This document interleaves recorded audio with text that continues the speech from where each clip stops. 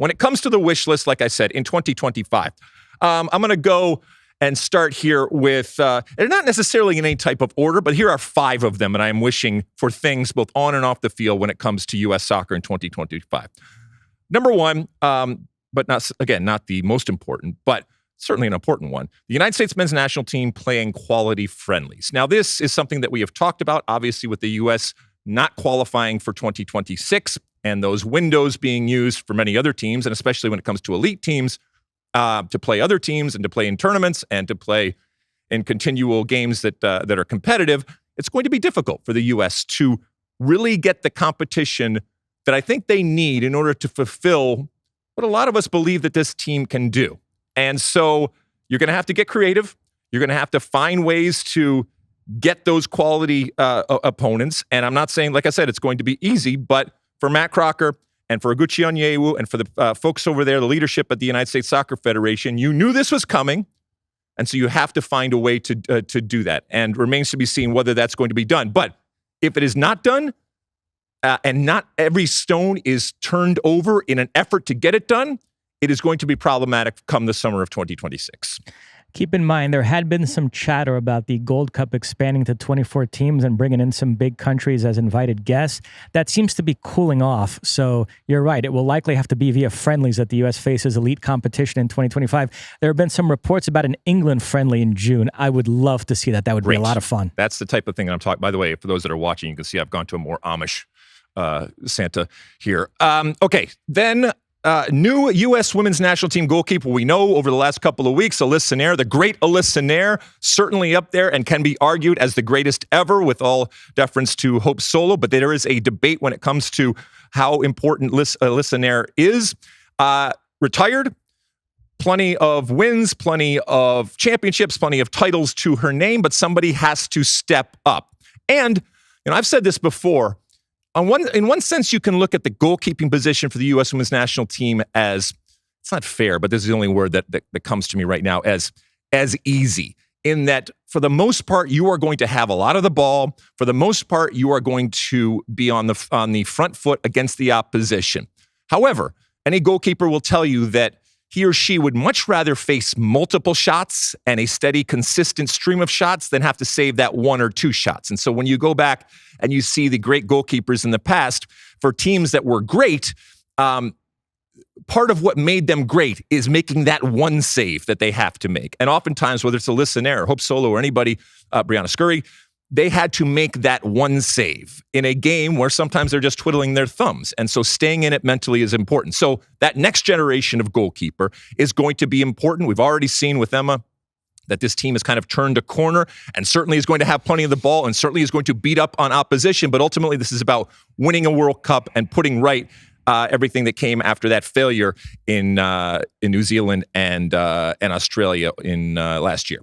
I agree with you 100% on this one. And yeah, Casey Murphy, Jane Campbell, Mandy Hott, those appear to be the top candidates to step in next year. And just as, I remember back in when the U.S. was playing and won the World Cup in France, I remember at one point coming on, and I think I told this story about writing these monologues after that kind of summed up the day.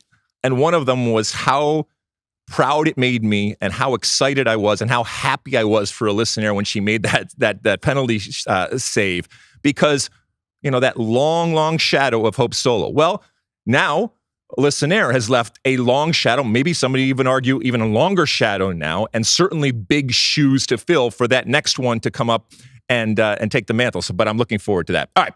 Then, I kind of combine these two because with 2026, there is, as we've said time and time again, an opportunity, if harnessed correctly, to use what is coming and all of the attention that is coming in the summer of 2026, not just to make a successful World Cup, but everything else that surrounds that World Cup, which includes all the professional leagues, MLS and USL and NWSL, all the different youth leagues that we have, all the different soccer that is the ecosystem of the United States soccer landscape out there. I want big, bold things happening. I want energy. I want a positive momentum that you can feel and that you can see. And it's going to manifest in different ways, whether it's, marketing or just people talking about it or an increase in popularity as we get closer and closer to 2026. I want to be able to feel that. I want to be able to smell that, and I want to be able to point to that come the end of 2025. So we are going in with all guns blazing for that 6 months leading up to the summer of 2026. Yeah, two things that have been bandied about, and this wouldn't take effect until after the 26 World Cup, but they could announce it in 25, would be adopting the European calendar. And also perhaps loosening spending restrictions, increasing the number of designated players or raising the cap significantly, something to capitalize on the fact that the best players in the world are going to be spending the next 2 summers here in the United States between the Club World Cup and then the FIFA World Cup. And if they like it here, then suddenly that could be a prime destination for them. And if you give MLS teams the flexibility to go out and sign those players, you could really be onto something. Yeah, and these tournaments that are happening, obviously, especially considering what happened last summer in the Copa America, I want them to go off without a hitch. I want them to be exciting. I want them to be something that people say, wow, this is awesome, and I can't wait for the summer of 2026. And if you're MLS, to your point, I want them doing big, bold things, because if not now, when? All right, next one. All right. We had a little conversation off air about whether this is what was one that people understood or thought was appropriate. As we know, especially in our litigious type of country and culture that we live in, this takes time, this takes resource, and this takes focus off of other things that could use all of those. And we in soccer, like a lot of things in the United States, and I guess in the world in general, we spend a lot of time and resource and energy in the court.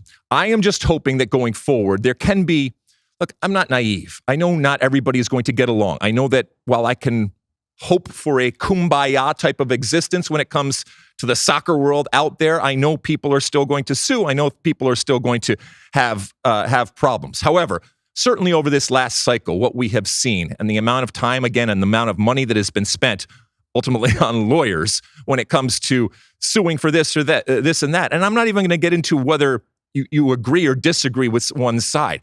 I just hope that all of that energy and focus, again, is towards a positive outcome when it comes to the next couple of years and certainly over this next year. I don't want to see us suing each other. I don't want to see people in court. I want to see people working together and working through the differences that they have. And again, I might be Pollyanna when it comes to this, but I just think that it's taken so much away from the game. And while you can argue that it was needed and appropriate, I just oftentimes think of how much further along would we be as a soccer playing nation, both on and off the field, if we hadn't, and I'm going to use the word wasted that time going forward. So I just hope that going forward, there's little to none of that going forward. Well, one lawsuit we all kept an eye on in 2024 was this relevant lawsuit, which had seemingly paved the way for European leagues to hold games here in the United States. I'm going to Florida this week. I was excited to attend this Barcelona-Atletico Madrid game, which was supposedly going to take place, and now it's not. So I think that's a big story to keep an eye on in 2025, what happens with that whole deal. Absolutely. And, if you break that seal, there could be, it depends on how you look at it, problems going forward. So we'll keep an eye on that. And I think the rest of the world would be keeping an eye on that because they look at our shores and there's gold in them, their hills. And if they can play actual competitive games relative to their season that take on a whole new meaning, that's not just focus, but that's attention that's taken away from MLS and NWSL and USL and all the other things that are going on. And, that could be problematic or could be the greatest thing in the world. I don't know. All right. And then finally, and this just gets specifically to this U.S. team. And I guess it's a continuation on from our previous wish list from last year because one of them was to find a striker. And I still don't think that we have found a striker. Notwithstanding what Pepe has done, and I think he has certainly come in and said, hey, don't forget about me. I am here. But I still think that number 9 position is wide open. I still think that it is a problem that it is wide open. And I'm still hoping by the end of 2025, it is much more solidified in that we know, hey, this is either somebody that we know that has taken a whole nother step forward and we are now much more confident in having him up there, or this is somebody that's just come out of the woodwork that said, all right, I'm going to take a hold of it. And the same goes with the center back pairing, which I know you've talked about. Yeah, on the striker front, you saw the news today. Balogun is going to be out 4 months with that shoulder injury, so that's disappointing. Yeah, at center back, I keep saying it. To me, that is the weakest position in the talent pool. I don't think it's realistic to expect Tim Ream to play at a high level in 2026, given his age. And the other options, Chris Richards, Cameron Carter-Vickers, Mark McKenzie, are just okay. I think it's noteworthy that the Olympic team used 2 overage spots on center backs, Walker Zimmerman and Miles Robinson. That was an indictment of the center backs in that pool. So it doesn't look like there's anything too exciting coming up the youth ranks. So that is a real trouble spot that Pochettino is going to have to figure out in 2025. Figure it out, my friend. You like that clip? Well, my State of the Union podcast drops twice a week right here on my very own YouTube page. The only way to stay up to date is to hit that subscribe button down below. Size the day, and see you soon.